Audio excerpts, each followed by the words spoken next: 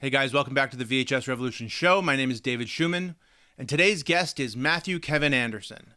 Matt is an actor, a writer, an event host, a director, and most importantly, a friend of mine of over 25 years. But Matt and I haven't always been in touch these last 25 years, and we talk a little bit about how we met, our friendship, and growing up in Vancouver, Canada. But the real focus of our conversation is today's Rewind movie, the 1993 Tony Scott classic, True Romance. An absolute gem.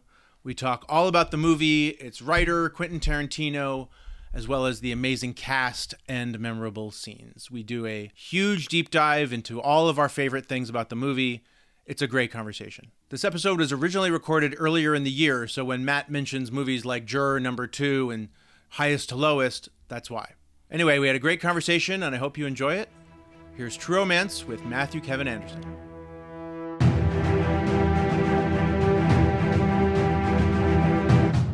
Okay, my guest today is Matthew Kevin Anderson. Hi, Matt. What's up, man? Welcome to the show, man. Thank you for having me. I'm super stoked. I love what you've been doing online, and I love all your content. And I'm really excited about today. So thanks for having me. Before we get into today's movie, I want to talk a little bit about you and a little bit about us. Yeah. We've known each other for a long time. Yeah. But we haven't been in touch. There was like a huge 20-year gap of time where we weren't really. Was it 20 years? I think so. That's yeah. terrifying. So you look great, by the way. Thank you. You look very nice as well. I was thinking today, you and I met in 1999. Yeah. Because you lived across the street from me, but I don't remember what our first meeting was. Yeah, I was trying to think about the same thing. I was trying to figure out when, because I know we sort of were hanging out before film school, right? And then we both ended up going to film school together at the same time.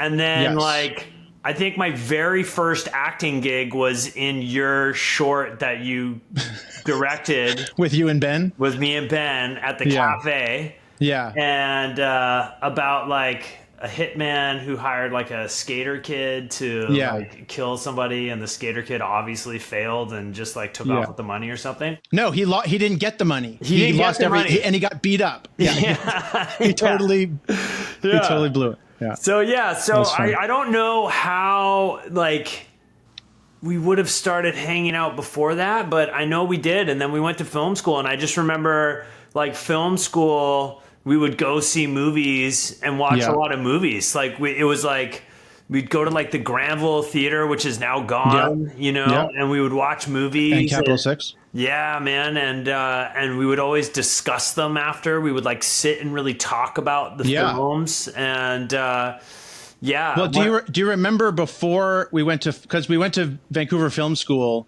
in 2000? Yes. So I was in the film program. You were in the acting program, which is where you met Ben. Yes. And but before that, you and I hung out a lot in mid 99. We would go to clubs a lot. Yeah, we were partying. We were partying a lot. Yeah. So much so that my mom was a little concerned. I didn't know that. Because we were just going out all the time and drinking a lot and going out to clubs. And wait, because I was working at a cafe in Kerrisdale. Did you come? Oh, yeah. And then I got a job there. But then I got fired. I got fired. At Bean Bros? Yeah, Bean Bros. You got fired? Yeah. What were you doing? I was terrible. I couldn't remember anything. I was Did I get you the job? I think so, yeah. I used to have a deal going on with the woman who ran the Blockbuster around the corner from the coffee shop. Oh, yeah. She would hook me up with rentals. On Broadway? And I would, in Kerrisdale, on, there was a Rogers and a Blockbuster across the street from each other. And then she would hook me up with free rentals and I would give her free coffees. That's awesome. That's a great deal. How many VHS tapes? Because I always remember, because you loved collecting things. You were a collector and you had, I think was it Premiere Magazine? You had all these magazines. And how many VHS do you have? I have over 1,700 VHS. What? Tapes. Yeah. Yeah. You're only seeing part of the shelf and only one side of it.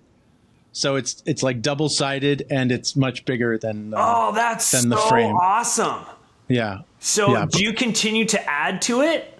I do, but I need to stop because I'm running out of room. As you can see, there's like a few that are, because anytime I get new tapes, I have to like move everything down to make room for the new stuff. Yeah. It's much easier having a digital library than alphabetical.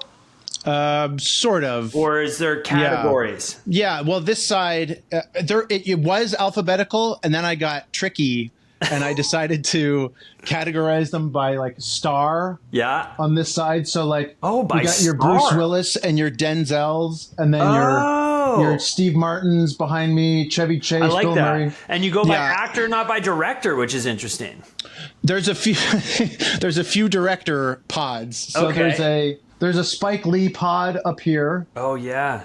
It's tied to Denzel Washington, and then there's a Scorsese pod down there, which I don't know if you can see at the edge. Yeah. And there's a Robert Altman and Clint Eastwood. And oh, nice. Woody Allen. Oh my God, Tarantino. we could get into so much. I'm like, what do you think of Juror Number 2? Are you excited about the new Spike Lee movie? Like, I'm like, I know. It's good though. It's good. So that feels like a good way to pivot to today's movie that we're talking about. Yeah, man. Tell us what movie you picked. I picked the movie True Romance. Love it. Classic movie. Yeah. Tell me why you picked it and what you love about it. I picked True Romance because, you had asked me to pick some movies or think about some movies that I really enjoyed. And, there's movies that you just go back to all the time and that you rewatch a lot. And that's just one of them. And it's got all these amazing elements. You know what I mean? You've got amazing actors like early on in their career. You've got Tarantino's first script. You've got action. You've got cool factor. And as crazy and violent as fucked up as it all is, it's like a feel-good movie. I was just thinking that today. It's like a comfort movie. Yeah, man. Even though there's like brutal beatings and violence. Yeah, it's just like a great watch, back to front. Yeah. Like it just has all these awesome elements that you want in a movie that like I find nowadays is so rare to find things that are that satisfying. You know what I mean? Yeah. It's a very satisfying film to watch. One of the last times I saw it was at the Hollywood Forever Cemetery in LA.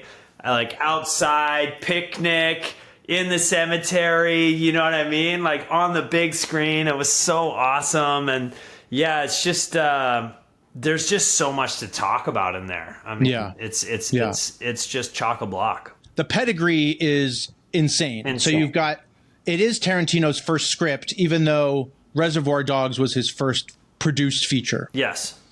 And so he wrote the script. Tony Scott, the amazing Tony Scott, directed it, coming off of Top Gun, Beverly Hills Cop 2, Days of Thunder. Like the guy was just on a run. Yeah. And then the cast is insane. Arguably, like I'd say one of the roles that put Gary Oldman on the map in America, and also like one of my favorite roles of his, even though it's actually quite a small role. He's got such a big presence. It's so like, he's just epic in this movie. Yeah. Like he's unbelievable. Yeah. I'm going to read the names of the cast members who were like in the trailer. So there's Christian Slater. Yeah. Patricia Arquette. Yeah. Dennis Hopper. Yeah. Val Kilmer. Gary Oldman, Brad Pitt, and Christopher Walken. But then all these supporting actors show up in the movie. Bronson Pinchot, Samuel L. Jackson, Michael Rappaport, Saul Rubinek, James Gandolfini, Chris Penn, Tom Sizemore, Kevin Corrigan, and Michael Beach. And how many of those people are still alive? Like half of that cast is dead, dude. That's crazy. Yeah, so Hopper, Kilmer, Penn, and Sizemore. And Sizemore's not dead, is he? Yeah. What? Yeah, he died like 2 or 3 years ago. Oh, no. Yeah. It was not a hit, though, which is interesting because it's become such a classic. I mean, totally. The budget was $12 million. It made $12 million. Yeah. I don't remember it being in theaters for that long. It came out in the summer of 93, kind of at the end, like towards the end of August. And that summer had like Jurassic Park and The Fugitive and In the Line of Fire and The Firm, all these great movies. Wow. And I think it just kind of got lost in the shuffle. Yeah, and definitely doesn't, like, those are big movies, and like, even though this is like a big blockbuster cast now, it like wasn't then per se, right? Yeah. It was great that you sent over that commentary with Tarantino, and he talks about how he believes that the media and their like focus on the extreme violence is what, like he said, every article, even if it was positive, had almost like a warning label on it, like warning extreme violence, and he just thinks that kind of like turned it off. But it definitely came to me post theater. I'm pretty sure I saw it like on VHS or DVD me too. First, and I saw it on the big screen later. That's so cool. I don't think I've actually ever been able to see it on the big screen. I've only seen it. It's so awesome at home. Yeah, it's so good. It was actually released on VHS in R-rated and unrated versions. Oh, and the unrated version is actually after the VHS release, they just released the unrated version. So that's what's on DVD. That's what's on Blu-ray. Right. Digital is the unrated version. Right. And really, this thing that separates the two is the Gandolfini Arquette scene is longer and bloodier, and the ending I think has a little bit more violence. It's blood, right? It doesn't it come down to mostly like blood? It does, yeah. And physical beatings. And what was interesting, again, in the commentary, was he was saying that the problem they had with that scene the most wasn't Gandolfini hitting her. It was her when she overpowers him and loses her mind. Apparently she shoots him like 20 times and just goes animalistic. And that is what they had a problem with. Yes, that's the part that's actually not in the R-rated version. In the R-rated version, she just gets on top of him, like beats him once, and then that's it. Clarence comes in. Oh. But in the unrated, she's like smashing him. She's like doing this. She's like holding the gun, screaming. Yeah. Oh, wow. Yeah. I mean, that's such again, another great, satisfying, like she's earned that. You know what I mean? Like, she needs that, you know? Yeah. And what's great about that is that whole sequence is, of course, we don't want to see her get beat up. Like, we love Alabama, but it's great for her character because it shows that she's not a pushover. She's not just going to get fucked with and not put up a fight. Yeah. You know, and she's really egging him on. Like, she is really daring him to do his worst. And he does. And he is brutal in that scene. He is. Yeah. He's so good, man. R.I.P. Like, fucking James Gandolfini, dude. What a guy. Well, because he would do all these little things that were unexpected. He wasn't just like evil, terrifying dude. He would like turn around. He would be kind of like seductive and cute almost. He played those little weird moments, or when he was like, you know, like he would like do those, you know, where you're like, oh, he's enjoying this. Like, there I go again. Yeah. I mean, that's the first time I remember seeing James Gandolfini, and like, what a crazy introduction and like a bold way to come out. You know what I mean? I want to show you a couple of things that I have here. Yeah, nice. We were talking about all the different ways that it was released. So I have it on Blu-ray. Oh, nice. Okay. Yeah. And the Blu-ray has the commentaries and the featurettes and all the behind the scenes stuff, and it says director's cut. Right? Oh, okay, nice. I also have this incredible back when we were buying DVDs, special edition DVD. Oh yeah, which has everything that's on the Blu-ray. It's just that the packaging is, and that's got the tattoo that they get at the tattoo parlor on the front of it. Oh, that's great. And the DVDs used to be, special edition DVDs used to be so cool with their packaging. Yeah. Everything. I also have the CD soundtrack. Oh, nice. I mean, which is mostly songs. It only has like one or two Hans Zimmer cues on it. Yeah. And again, I know this isn't necessarily a Tarantino movie, but his music choice, his soundtrack, like the Pulp Fiction soundtrack is absolute fire. Like, there's so many, you know, even the Reservoir Dogs soundtrack is so great. Like, he's just so good at like understanding every single element of film and how to bring it all together into like this like satisfying experience. I agree. And then, of course, because I'm VHS Revolution, I have to have the VHS. Yeah. And this is the unrated cut. That's the unrated cut. So I rewatched the movie this time and made a bunch of notes. Yeah. Me too. And I've seen the movie like 50 times. Or I don't even know how many times. Yeah. But I realized what makes this movie so great is that we are constantly meeting new characters. It's on the throughout move. the movie. This is the order of the characters that we meet. We first meet Clarence watching the Sonny Chiba movie, right? Then Alabama. Then we're with the two of them until he decides to go to Drexel's. Then we meet Drexel, right? Drexel fucking shoots them in the nuts, blood everywhere, takes the coke, fucking insane. Then we meet Val Kilmer as Elvis. Oh, right. Then Dad. Yeah. Then Dennis Hopper as Dad, right? Then Dick Ritchie, Michael Rappaport. Right. We meet him in his audition. Right. And then Walken. Yeah. And then Walken and his mob guys. Yeah. Then Brad Pitt when Clarence and Alabama show up to Dick's house LA. and Floyd is there on the couch. Yeah. Then we meet Bronson Pinchot as Elliot. Then he calls Lee, Saul Rubinek. Yeah. Then we meet Virgil, James Gandolfini. And then we meet Chris Penn and Tom Sizemore. We're meeting new characters up until an hour and 25 minutes into the movie. There's so much going on. And so the movie is constantly unfolding and changing. And every scene, no scene feels the same as the previous scene. Yeah. It's all adding up and building up and building up. And it's always on the move. And it's the way he set it up of like meeting these two and like falling in love with them. And then like watching the trail of like danger that's coming. And they're just kind of like, yeah, man, we're having a good time. We're going to the, you know what I mean? They're just like in love.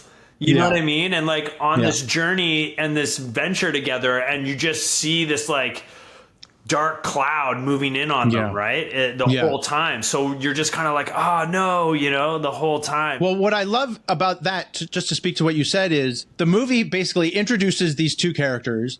They have sex, fall in love, get married, and then that's it for like their story. Yeah. Like the movie never questions their love. They're just hot for each other the whole time. They're always kissing, making out, fucking in the phone booth. Like, they are in love, and there's nothing standing in their way. And that's unusual. There's like no threat to their relationship. It's just the movie just says these two kids are in love, and that's it. It's true romance, man. I feel like everyone's either met someone or heard about that person who's like, oh yeah, we met and we got married like a week later. And you're like, what? But like that happens, right? So we don't question it. And we see it coming from both of them. And the fact that she says it first. Yeah.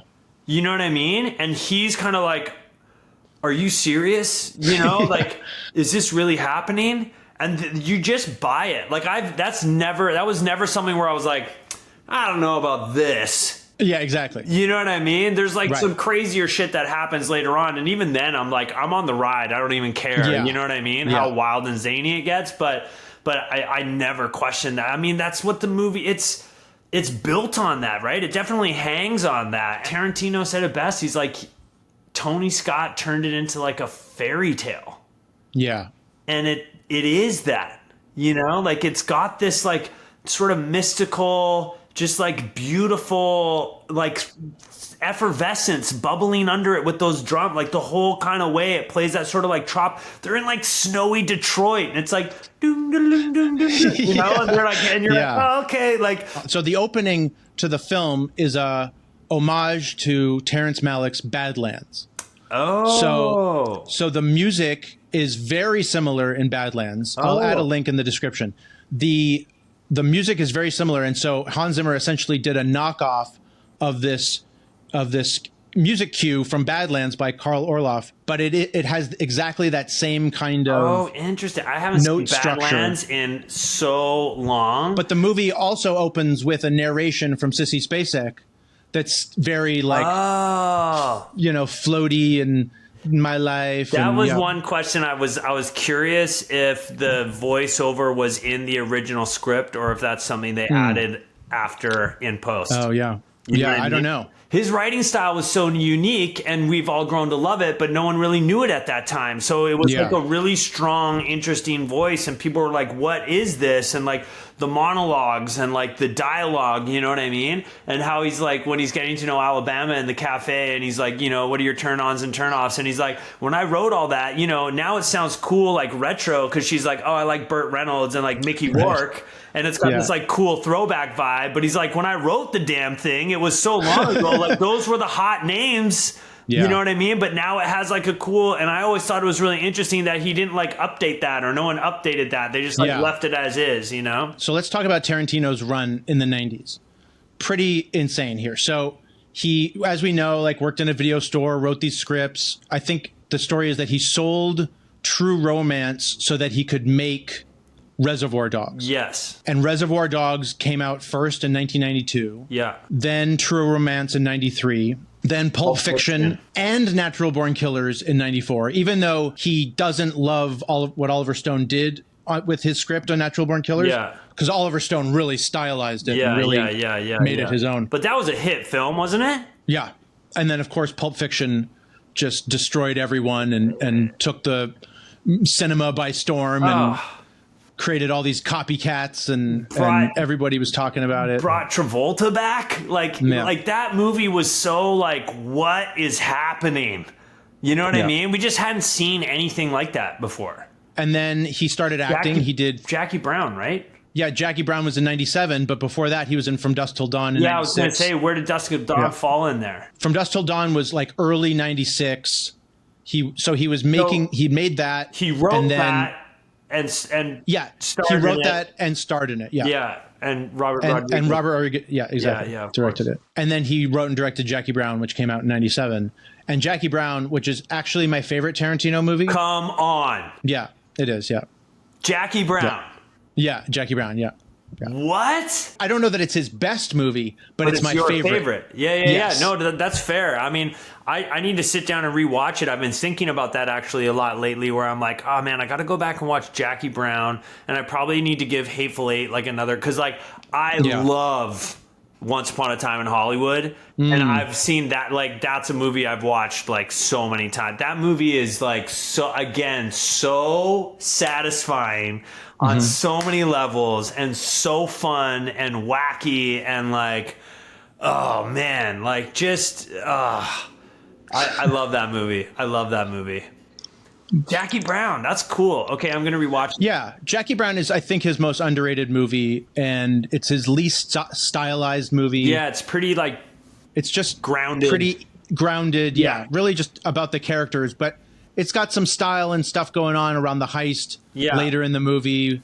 I just love the characters. I love the music. You know, everything that we love about Tarantino movies. The type of cinema that he was into was so specific and not really something, you know, everyone's like, oh, they're talking about Fellini. They're talking about like, you know, like, and he's like, nah, man, like grindhouse, exploitation movies, like all that stuff was what I was into. And he just, he was like, I'm going to take that and like elevate it in a way and make it kind of, you know, like cooler, or I guess it was always kind of cool, but it was just like edgy and like in the dark corners, and he kind of shone a light on it and brought it out a little bit, right? Yes, and I think that's why the copycat movies didn't work, because they were trying to copy Pulp Fiction. Tarantino, what he was doing was entirely his own thing, based on all these little references that he gleaned from all these movies that he watched, all these martial arts movies and blaxploitation movies that he kind of put all into one pot. And those copycat movies never had they thought, oh, it's just it's just hitmen saying funny things, or talking about making pop culture references or talking about movies or whatever, but they never were able to get the mix right. And going back to True Romance, not only are we meeting new characters every scene, but every scene there's at least one thing that's different, unique, even if something as simple as Dick Ritchie on the toilet talking to Clarence, and then at the end he's like, Floyd, you used the last piece of toilet paper. They're just constantly building on the world that he's created and adding all these great little bits and details. I also love the way he structured it, where it's like the first sort of act was, how did he put it? He was like, the first act, we're like supposed to be sort of like figuring out what the heck's going on. Or no, I think in his original script, because they put it out of order in the Tony Scott cut, he like put it more in chronological order. But in his original script, he had it sort of like the order was different. So, you know, they sort of like fall in love and hit the road, and we don't really know what's going on. And then in the second act, we're like catching up with all the action. And then in the third act, they don't know what's going on, and the audience does, because now the cops and everybody sort of get involved. And so now actually Clarence and Alabama are the ones who don't know what's going on. The audience has catched up and now knows more than they do,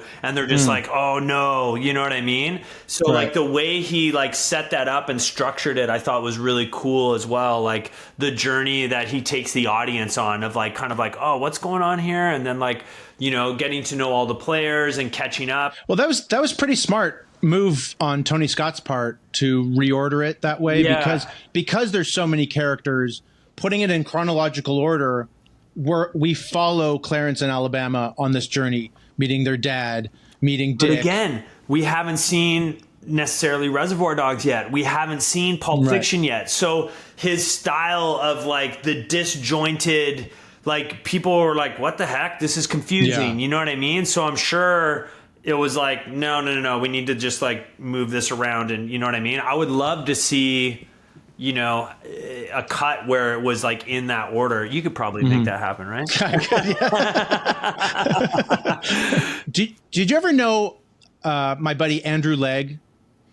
I'd have to in Vancouver. I'd have to see a photo. I mean, I definitely met a bunch of your buddies. I feel like an Andrew rings a bell. So Andrew Legg and I have known each other since kindergarten. Yeah. We went to Lord Kitchener Elementary School, to Bing together. We've stayed in touch a lot over the years. He and I were like movie buddies. Like every movie we would go see. We can chat about all the movies that we used to see. We used to go to Oak Ridge. We used to go to Dunbar Theater. We used to go to Capital 6, Granville. We used to see tons of movies together. And I, like you, don't remember the first time I saw True Romance, but I do remember going to his house after school and watching it on his dad's Laserdisc player. Oh, man. And he had the Laserdisc, and we would just sit in his TV room and just watch. In his TV room, his dad used to smoke, so it smelled like cigarettes in there, and it felt like we were like part of the movie, you know? Yeah. And if it was like hot and kind of sweaty during the summer. But we would watch that movie over and over again. We would watch the Walken Hopper scene over and over again. And like we said before, it was like comfort food for us. It was just so much fun to just like put it on. Yeah. We're kind of bouncing around, but let's talk about the Christopher Walken, Dennis Hopper scene, which is probably the most famous scene in the movie. Definitely, I think easily the most famous scene in the movie, and one of the most famous scenes in movies. Walken's so good. I saw a clip again online recently of him in Catch Me If You Can. Did you see that? Yep. Where he's doing takes. Yeah, that's mine. Did you post that? Yeah, I love that. Where he's like, he just starts crying and everyone's like, oh my God, you know? And then he's like, yeah, I think I should do a straight one. And Spielberg's like, are you kidding me? We got it. You know what I mean? Yeah. It was so beautiful, right? Like, cause he's like, he's been doing it forever and he still cares so much. And he's like so invested and like, you know, oh my God, he's so good in True Romance. It's so interesting to see him, and especially as he's gotten older, he's played all these charming parts, and like obviously like seeing him and John Turturro in Severance was like the romance I didn't know I needed. It was like so beautiful and sweet and interesting, and what like I just love it. And he can play these sweet guys, but then you've got like, you know, the King of New York, and like he's got like this other side to him where he played these like bad guys. And around this time, he kind of became the master of these like little one scene cameos. Yeah. He had this one scene in True Romance and Pulp Fiction. Yeah. He has one scene in Basquiat. Have you ever seen Basquiat? I did, but like 100 years ago. Yeah. Okay. That's also a really great kind of 90s gem. Mm-hmm. Definitely worth revisiting, with a lot of other kind of like Willem Dafoe is in there. Gary Oldman. I think David Bowie plays Andy Warhol, and Claire Forlani. Yeah. Yeah.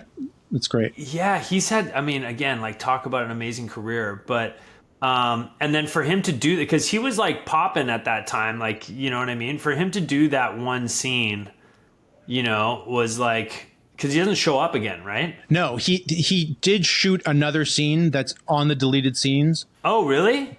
Yeah, when they're at the hotel, but for some reason he like sends his men up and like doesn't. Yeah, because he doesn't go in. He doesn't show up for that, obviously. No, right? They're like in the elevator, and he's got sunglasses on, and I think the reason that they cut it out is it feels a little bit different performance-wise from his scene with Hopper, and it almost kind of would take away. It almost takes away from it, right? Because when you just scene. have that one like moment, you know what I mean? Yeah. It just has so much, like, obviously, I mean, people have been talking about it for years. Like, people love that scene. It's so wild. And again, like Tarantino's origin story on that. So his, what was it, like his uncle or his like someone who was around him told that story.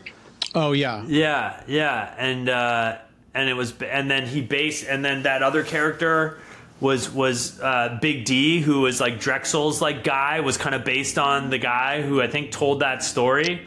Oh, funny. Yeah. And then also like Hopper's character is, Tarantino said this is the most autobiographical script he's ever written, right? Oh. And he's like, obviously all these things didn't happen to me, but like my point of view and like where I was in life and like the people around me like are all in that script.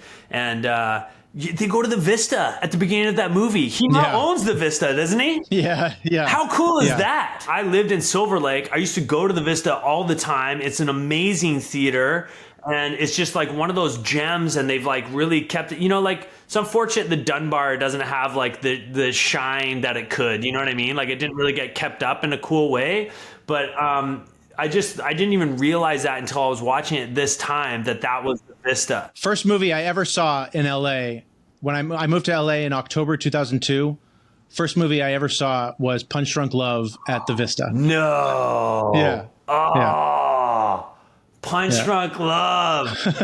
So good. The thing I love about that scene is that it's totally unnecessary to the movie. Well, I mean, the point of the scene is that the bad guys find out where Clarence is going. Yes. But it could be like they could come in, knock him out, whatever, get the information. I love that it's just stuck on the fridge at the end of all of it, like after all of it, you know what I mean? It could have been a 1 minute scene. Yeah. Right? Or they shoot him and then they find the thing on the fridge. But Tarantino being Tarantino was like, I'm going to take this time, 11 minutes, to do this 2-character scene for these characters that we will not see again in the rest of the movie, and yet somehow make it really meaningful and almost poignant in a way. Like you almost feel like those 2 characters are connecting. Yeah. And if one wasn't like a mob enforcer and the other one wasn't a cop, like they'd be maybe they would together. Yeah, exactly. Yeah. Yeah. And that's all Hopper and Walken, bringing those little nuances of performance to the scene. But it's so interesting that like he knows he's gonna die, and it's like instead of like yelling or like, but he like finds the hole in the armor and he just fucking pokes it. You know what I mean? And like upsets that guy on a level that like that guy has probably never been upset. Like he's never, you know, and Walken's so good. Like when he laughs, he gets up and he kisses him on the cheek. You know what I mean? Yeah. Like you said, it's like in another timeline, they could have like been buddies or whatever. And Walken says at the end, he's like, I haven't killed anybody since 1984. So like clearly he fucking knew how to push his Hopper knew how to push his buttons. He gets him, you know, like he gets him, so, which again is like so satisfying. Even though he knows he's gonna die anyways, right? Yeah. So he's like, I'm gonna fucking get you. And he has this moment where he asks for the cigarette, and then he lights the cigarette, and then he looks at his lighter, and he kind of like chuckles to himself, and that's the moment where he starts telling the story about the Sicilians. And you're right. It's like he knows exactly how this is going to go, but he just decides to like go out at, you know, in in a blaze of glory, so to speak, rather than succumb. Yeah, it's so good. Again, because they're so well written, and they're such like anybody would love to do that. And apparently the whole scene is scripted except for the last line. You're a cantaloupe. So on the DVD, some of the actors in the movie just do commentary for their scenes. Right. And Michael Rappaport does commentary just for his scenes. And he talks about how when they went to the amusement park and they were going up on the roller coaster, how he had this, even though Elliot, Bronson Pinchot's character, is the one who gets all sick. Yeah. Rappaport in real life was terrified of heights and roller coasters. They made him sick. So in the movie, it cuts between the first take and the second take. And on the first take, if you look in the background, you can see him. He's like sitting there. He's like looking really nervous. And then they did the first take. And then the second take, he took all these like relaxers or whatever. And in the second take, he's like, hey, this is great. You know? And he talks about how ridiculous that was. Oh, man. Going through that, yeah. The little subplot of him auditioning for the new TJ Hooker. And getting the part. Again, it's like not necessary, but it adds color and flavor and texture to the movie. They're not cardboard cutouts, right? Right. And they're not in service of the plot. That's the thing about this movie is even though the plot is really well structured, the movie isn't about the plot. Yeah. It's about the people. Yeah, that's true. And every character is distinct.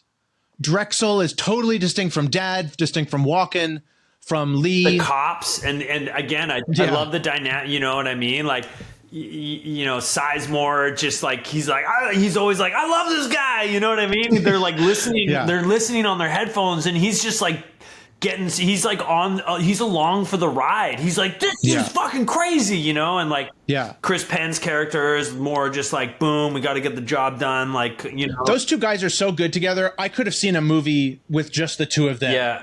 Penn and Sizemore. 100%. They're just so much fun together. Yeah. And it's satisfying that Rappaport gets away. Yes, like he does. The kids are all right. Like the kids survive. You know what I mean? Which, again, was like, I think really smart of Tony to just like kind of keep it positive. Like everybody else gets theirs and like they get away. Well, this is the thing that not that I hadn't noticed it before, but it kind of dawned on me this time that literally everyone else dies. Everyone dies. Elliot dies, Lee dies, the security guards, all the cops, all the mob guys, everybody, and not only dies, like gets blown to shit. Yeah. It's just fucking crazy the way like Elliot is just trying to get out of there, but he's like the first guy, or Lee gets shot first, and then Elliot gets kind of like caught in the crossfire. Yeah. It's like a bloody disaster. Yeah. Tarantino also talks about his love for Mexican standoffs. It's true. Like you watch so many of his movies and there's so many standoffs in like all his movies, but like he just has these things that he loves about cinema, and like he has a way of like putting them in there and like making them work and making them be satisfying and not being like, oh man, he's doing this again. You know what I mean? Like they were always unique and different and like, well, unfortunately, he either hit during the indie boom or he kind of like helped the indie boom like move along in the 90s, right? Because that was the time where you could have a $12 million Warner Brothers like big studio kind of like action drama with all these big, huge actors and yet still have all these little idiosyncrasies of like Sonny Chiba double features and comic book references and references to like Mad Max and Rio Bravo and stoner characters and like all this little stuff that makes it so unique. Feels like today or maybe even any other time, all that stuff would have been kind of like cut out or softened to just focus on something else. Yeah, it's true, man. I mean, like, you know, movie making has changed a lot, right? So there's this interview clip with Saul Rubinek on YouTube where he talks about his audition for True Romance and how he plays the character whatever he plays it in the audition. And then Tony Scott says something to the effect of like, you got to be more like him. And he's like, him who? Like, who are you talking about? And he's like, Joel Silver. He's like, who the fuck is Joel Silver? And then Tony's like, do it more like Joel Silver. And Saul Rubinek is like, I don't know what the fuck you're talking about. Like, he basically, and then Tony Scott is like, well, I guess you don't really want the part. And Saul Rubinek is like, told him to go fuck himself. And then Tony Scott's like, there you go. That's the character. And it gave him the part. He said, go fuck yourself? Yeah, something to that effect. I don't remember from the clip. But he basically like threw it back at Tony Scott's face like, what the fuck is this, you know? And then Tony Scott was like, there you go. That's the character. And so Joel Silver is this famous movie producer. Yeah, I know. Who produced like Lethal Weapon movies, Die Hard. Yeah. 48 Hours, Predator. Again, huge run in like the late 80s, early 90s, I guess, right? Yes, and he was known for being very blustery, very tyrannical in his offices and on sets.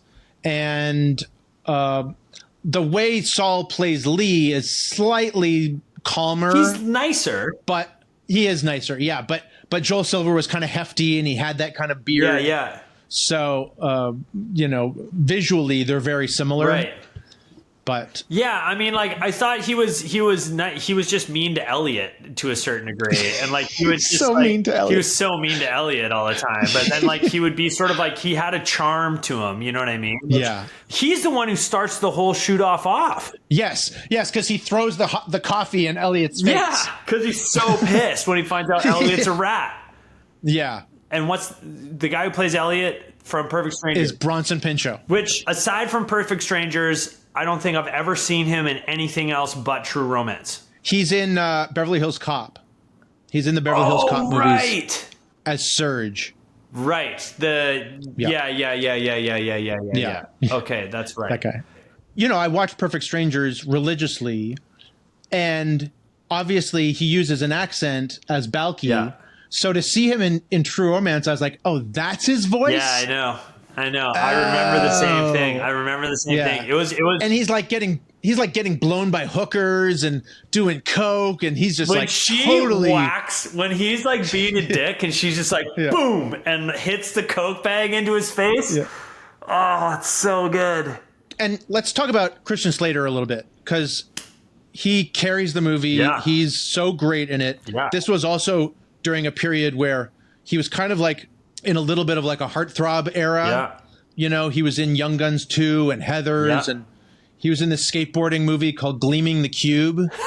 Did you ever see that movie? No. Yeah. It's awesome. Where does that fall in the timeline? It comes just after Heathers and before Pump Up the Volume. So interesting, because you know how things come out at different times. Like he could have done it way before. Yeah, it could have been an earlier movie. Yeah. Pump Up the Volume, man. Like he had such a run. He was kind of like a bad boy, heartthrobby. Tarantino in the commentary talks about how impressed he was that like he was able to play this sort of like nerd. He was able to like we bought him as like the kind of nerdy guy who like works at a record store or a movie store or whatever, you know what I mean, and watches those movies, and like we buy that element to him. He's kind of got the army jacket on at first. There's almost like a Taxi Driver loner vibe going on, you know what I mean? But then like I also buy that he gets the confidence to like do what he does, right? He's not just an action hero. He's not just a nerd. Yeah. He's not just any one thing. He's a lot of different things. And the beauty, as we've talked about, of the structure of the script is that he gets to grow as the movie goes along. Yeah. He probably doesn't even know himself as the kind of guy who would go to a fucking pimp's house with all these fucking dudes with guns and get into this bloody fight and fucking kill all these crazy people. Things, man. And I love that he shows up with like burgers and like shakes after. Like that's so Tarantino, you know what I mean? Like it's so great. Yeah. He does an amazing job. I mean, everybody does. I don't think there's a weak link anywhere where I'm like, oh man, that guy sucks. I just rewatched it and like I still get emotional at the end. Totally. Like when they're on the beach, I'm so satisfied and happy, and it's so warm, and it's got the glow, and it's got the music, and it's like, it's so earned. And I think Tony Scott was so right to keep him alive. I can't imagine. So what? He died, and then she's just playing on the beach with their son, and we're supposed to feel okay that at least he like lives on in the sun. Yeah. So in Tarantino's original script, Clarence dies in the shootout. Mm-hmm. You know, the scene where he gets his eye grazed by the bullet. In another version of the ending, he just dies from that wound, and then Alabama just takes the money and goes off and lives her life. Yeah, with their son. Actually, no. On the DVD, they have a version of the ending, and it's like really weird. She's like in her car, and she's like thinking about everything that happened, and then she pulls out a gun and like shoots herself. What? And it's this like really dark ending. Yeah, you should watch it. They shot parts of it. And the other, I know Tony said I'm going to shoot both endings, and then I'll see how it comes together in the edit, and I'll choose in the edit. Yeah. Again, back to editing. Again, back to how we can mold a story and shift a story like in a huge way, right? And again, you're shooting what you get, and you get those big clumps of clay, and then you're molding it in the edit, right? Like. That's a completely different movie to me. I mean, we would have walked out of the movie being like, that sucks. You know? Such a bummer. But such a bummer. And he recognized that we as the audience were falling in love with Clarence and Alabama. Yeah. And we wanted to see them win. We wanted to see them ride off into the sunset and live happily ever after. We're so invested at that point. And also it's satisfying in a way that like, I want Bonnie and Clyde to get away. I want, like, you know what I mean? When they die, you're like, fuck. Like, I know they're going to have to die. But, like, I want to see, like, the quote-unquote bad guy who's not really the bad guy, like, get their moment in the sun, you know? That's why Shawshank is, like, not that he's the bad guy, but, again, like, it's on my letterbox. It's, like, Shawshank's always been one of my favorite movies of all time. Yeah. But, again, the satisfying ending, like I would compare those two endings, the feeling I get when I see Tim Robbins walking down the beach to meet Morgan Freeman, who's working on the boat. You know what I mean? Like I get the same feeling as like seeing them on the, you're just like, man, they fucking made it. You know what I mean? And exactly. I wanted that so bad for both of them. There's not a lot of movies that end that way that leave me feeling like that. And both of those movies are like my favorite movies, and they both have that like satisfying ending. And man, if she'd shot herself, fuck. Yeah. That's brutal. It would have been too much darkness. You know, after all of this violence and death and gunfire and beatings and blood, and it just would have been actually one too many things. And Alabama is such an innocent character. She's so sweet. Even when she's like beat to shit and she's all bruised and she's talking about how like she was playing basketball and the basketball like hit her in the face, and you know, like she's just so sweet. She's just sweet all the time. And for her to do that just would have sucked. And what's great is that Clarence has the eye patch. They have their son that they named Elvis. They're on the beach, and the theme is reprising, and she has her voiceover. Everything just and like feels really satisfying. The theme at the beginning, even though it's percolating and it makes sense, it's cold and it's Detroit, and then you're like, oh, this is like what that movie was calling you to, is like this beach, this ending, and that's like that. It's that fairy tale vibe that like Tony created, you know. Again, I think that's what makes it such a satisfying watch, is that we feel like we got what we wanted at the end of the movie. You know what I mean? And I love an ending where you're like, oh, you know what I mean? Like, damn, like that's reality. You know what I mean? But sometimes you just want to be like, right on. Like it makes sense in Braveheart that William Wallace gets it in the end. Right? It's like the tragic hero. Heartbreaking. But in this, like you said, not to repeat myself, but we don't want the tragic hero. We want the hero, the two kids who fell in love at the beginning, to stay alive, stay together, and to see them get through all this shit. Yeah. You know, and they do. And I think that was the right choice. 100%. And, you know, Tony Scott is known for being kind of a very stylized, very visual director with Top Gun and Crimson Tide, Enemy of the State, Man on Fire. A lot of atmosphere, a lot of smoke. Lot of atmosphere. and True Romance is considerably less stylized than all of those other movies. It feels, of his movies, maybe the most grounded in reality. Right. But there are still little touches, like you say, the smoke during the shootout, all the feathers. Like, I love all that shit, though. Yeah, and he loves creating that, giving that little extra bit of atmosphere. You know, at the end of The Fan, which is not a good movie, it's like pouring rain. You know, it doesn't need to be pouring rain, but it just makes it so much more dramatic. Yeah. And what's cool about so there's the shootout, right? Everybody gets blown away. But then the music takes on this almost sad really slows down. Yeah. Slows down, right? Yeah. And the feathers are because falling. We think Clarence is dead. Yeah. And that's the focus. They set us up. Right? That's the focus is we're still focused on Clarence and Alabama, even though all this insanity is happening around them. And even the music is focused on this. Oh my God! Like, did we lose Clarence? You know? Yeah, and the black cop dies. He's got the gut, you know, and he dies on the couch.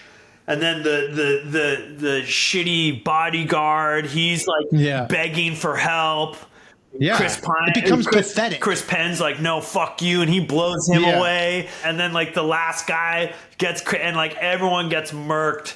And she's just crying, and it's all just like slowing down. And then his eyes open. I forget. And the guy in the lobby. Oh, yeah. There's that whole other lobby standoff in the lobby with the mob and I'm guy. Like, but I guess we needed that woman. Because they need to sneak out, right? Like they need to get scot-free, right? So they need to sneak out. So we have the whole situation happening in the lobby, and then they get out of there, man, and she peels out. What do you think about all the Elvis stuff? It's great. I love the scene where he's getting the fast food and he sees the guy reading the magazine about Elvis, and he knows what issue that is. He knows that article, and he starts talking to the guy about the article. Yeah. I love that we don't see Val Kilmer's face as Elvis. He's just blurry and in the background as this figment of his imagination. Again, like such a cool thing for Val Kilmer to do, because again, he was like, I think he was in his like pretty big runtime. Oh yeah, this is after The Doors. This is after Top Gun. Yeah, this is after a lot of big movies. Yeah, and like for him to do this little cameo. Yeah, and his face isn't even in the movie, but like he plays Elvis, and apparently he, you know, Tony Scott told him what he wanted to do, and he gave his blessing, and like. Just so cool. It would maybe take me out of the movie if I was like, oh, that's Val Kilmer, or like, that's not Elvis. You know what I mean? But the fact that like we never really see his face, we just see the jacket and all the stuff. You know what I mean? Like our brain does the rest of the work, and we 100% buy it. And you never see him in full. You see like his hands on his leg. You see him in the reflection of the mirror, kind of out of focus. There's never one shot where we see him fully. No, I just think that's really cool and smart. And again, like I love letting the audience's brain do the work for you, because like Bill Murray whispering to Scarlett Johansson and like just that, those kind of moments in films where you're just like, oh, there's like a secret in there that like only they know, you know what I mean? And then we get to speculate about what it might be. Like, what's in the fucking briefcase? You know what I mean? Exactly. So smart. Exactly. And that's a question that like people obsessed over with this golden light, you know, from Pulp Fiction. Yeah. But to go back to the Elvis thing, I was thinking about the very first scene where he's at the bar with the woman and he's saying like, I'm not gay, but if I had to, I'd fuck Elvis. Yeah. You know? I mean, that's Tarantino. That's literally like Tarantino just fucking probably said that at a bar to a girl and wrote it down on a fucking cocktail napkin, like 100%. It's like a great lesson for people who are screenplay writers or aspiring screenplay writers, is to create unique, interesting characters. Point of view. Have a point of view, exactly. And have every scene have something interesting about it, right? Don't just have your scene have you have to get from A to B. Have the scene have life and ebb and flow. Exactly. Yeah, you're gonna get to A and B, but you're not taking the straight line through. You're taking lots of twists and turns. And that's why the Walken Hopper scene isn't 1 minute long. That's why he doesn't just shoot him and take the thing off the fridge, because anybody can do that. And it shows point of view of the characters. And there's always like, I'm trying to think of like who's like a virgin, where he's like, oh, I don't know, because it's this. And he's like, nah, it's this. You know, like there's two strong points of view, and people are having like a heated conversation about like real shit and like kind of interesting, funny, like point of view kind of stuff. And then out of that, the action happens, right? Exactly. Instead of just I mean, this is the most boring or unsatisfying conversations are in life are when you're talking to somebody who's just agreeable with everything that you say. Right? Yeah, 100%. Because then you're like, oh, well, what do you think? And they're like, yeah, that's cool, whatever. Yeah, exactly. Like, all right, well, fuck me. It's like it's like you were saying when you watch a movie and someone's like, yeah, I don't know, I guess it was okay. Or like, what kind of music do you listen to? I listen to everything. Whatever. Like, okay. Can you give me one thing? Yeah. Name an album. What's the last album you listened to? Like anything. Yeah. Oh, man. Okay, well, Matt, thank you so much, man. We've talked for almost 2 hours about True Romance, and it's been so awesome, like, going off on all these tangents. I mean, I like talking about these movies, but I also like going off on these tangents. We talk about a lot talking more about than old just memories. True Romance. Oh, yeah. Yeah, dude. Yeah.